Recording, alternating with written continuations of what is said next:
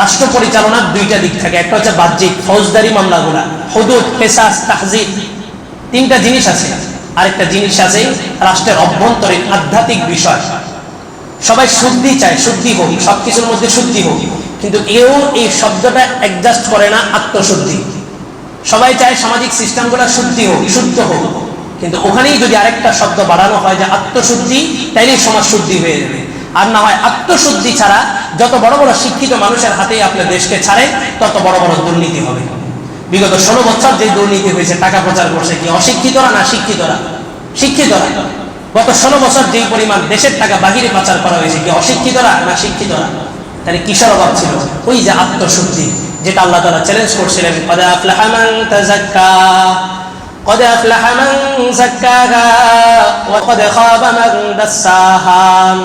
আত্মশুদ্ধি যে করলো সে সফল, আর যে ব্যক্তি আত্মশুদ্ধি করলো না, শত জ্ঞানের চর্চা করলো, সে কখনোই সফল হতে পারে না। ওয়া কদ খাব, আল্লাহ তাআলা বলে সে ধ্বংস।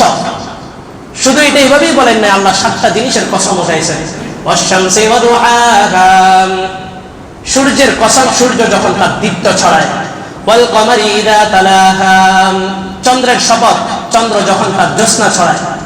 ওয়ান নাহারি ইযা জাল্লাহা, দিনের শপথ, দিন যখন তার পরিপূর্ণ দীপ্তি দিয়া পৃথিবীটাকে দীপ্তময় করে ওঠায়। ওয়াল লাইলি ইযা ইয়াগশাহা, রাত্রি যখন তার আধার দিয়ে পুরো সমাজটাকে আচ্ছাদিত করে রাখে, তখনকার শপথ। ওয়াস সামাই ওয়া মা বানাহা, আসমানের শপথ, আসমানের চূড়ান্ত উচ্চতার শপথ। ওয়াল আরদি ওয়া মা তাহাহা, জমিনের শপথ, জমিন এভাবে বিস্তীর্ণভাবে নিজেকে উজাড় করার শপথ। যিনি জমিনকে উজাড় করছেন, জমিনকে বিছায় দিয়েছেন, তার শপথ। ওয়া নাফসি ওয়া মা সাওয়াহা, প্রত্যেকটা শ্বাসের শপথ, মানুষ যে শ্বাসটা গ্রহণ করে।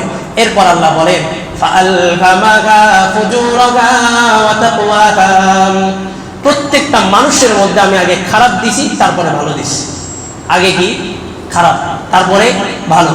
খারাপ আগাছা কাটবেন, আগাছা সরাবেন, আগাছা মুক্ত রাখবেন, তো আপনার দিলটা ভালো হবে।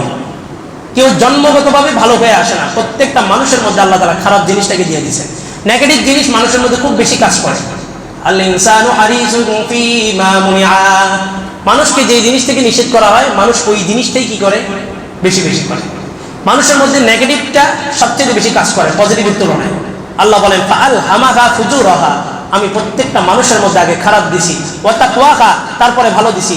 এরপর আল্লাহ বলেন মানুষ দুই শ্রেণী, এক শ্রেণী সফল, আরেক শ্রেণী বিফল। এক শ্রেণী সফল, আরেক শ্রেণী ধ্বংস। কোন শ্রেণী সফল?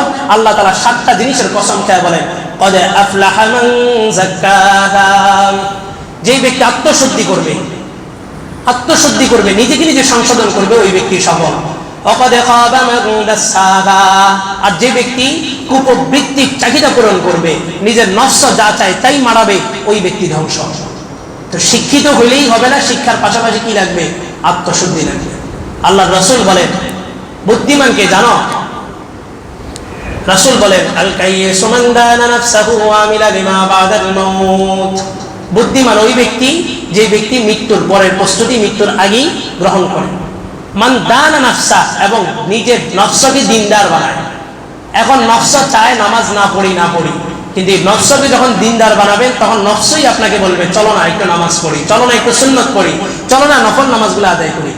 এখন তো নফস সব নেগেটিভ কাজগুলো চায়, কিন্তু নফসকে যদি দিনদার বানাইতে পারি, তো নফস আমাকে ভালো কাজের আদেশ করবে, যেটাকে বলা হয়েছে নফসে মুতমাইন্নাহ। আর নফস যদি খারাপ কাজের আদেশ করে, ওটার নাম হচ্ছে নফসে আম্মারা।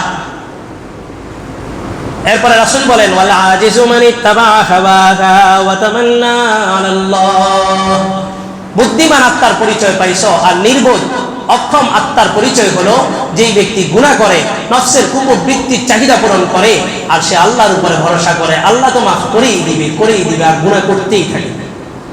তো নিজের নফসের আত্মশুদ্ধি সবচেয়ে বড় জিনিস, আত্মশুদ্ধির প্রয়োজন। এলেম তখনই আপনার কাজে আসবে যদি আপনার আত্মশুদ্ধি থাকে। ইবলিসের চাইতে বড় আলেম তো কেউ ছিল না, কিন্তু ইবলিসের কি ছিল না? আত্মশুদ্ধি ছিল না। নিজের মধ্যে কি ছিল? অহংকার, তাকাব্বুর ছিল। আল্লাহ তাআলা ইবলিসকে ধ্বংস করছে।